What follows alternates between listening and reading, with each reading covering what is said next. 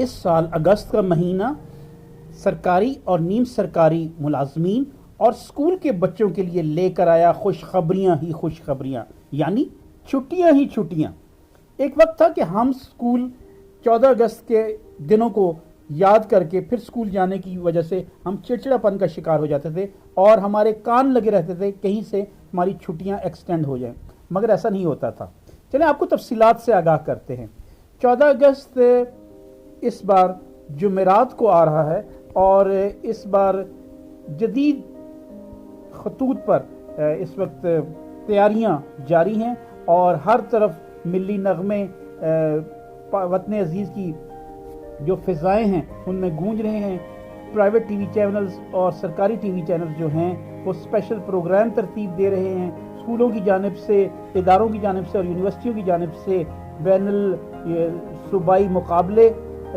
बैतबाजी के मुकाबले, उसके साथ ही साथ मिली नगमों के मुकाबले भी अरूज पर हैं। इसके साथ ही साथ बाज़ारों में भी जो 14 अगस्त के हवाले से गहमा गहमी है वो बढ़ जाती है। परचम ख़रीदे जा रहे हैं हर जगह और नए हवाले से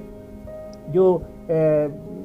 बैंड बाजे इस वक्त गली कुचों में नज़र आ रहे हैं।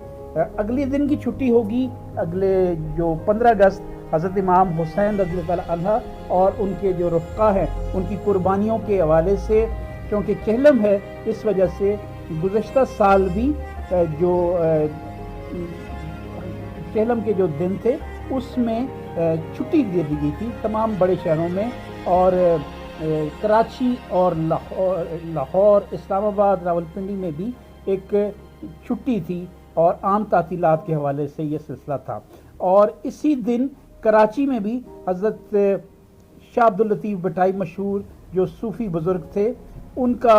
उर्स मनाया जा रहा है। उनकी कुर्बानियाँ इस्लाम की तरवीज के हवाले से और उनकी जो कोशिशें थी इस हवाले से सिंध में बाकायदा आम तातील का ऐलान कर दिया गया है और उसके साथ ही साथ मिनिस्ट्री की जानिब से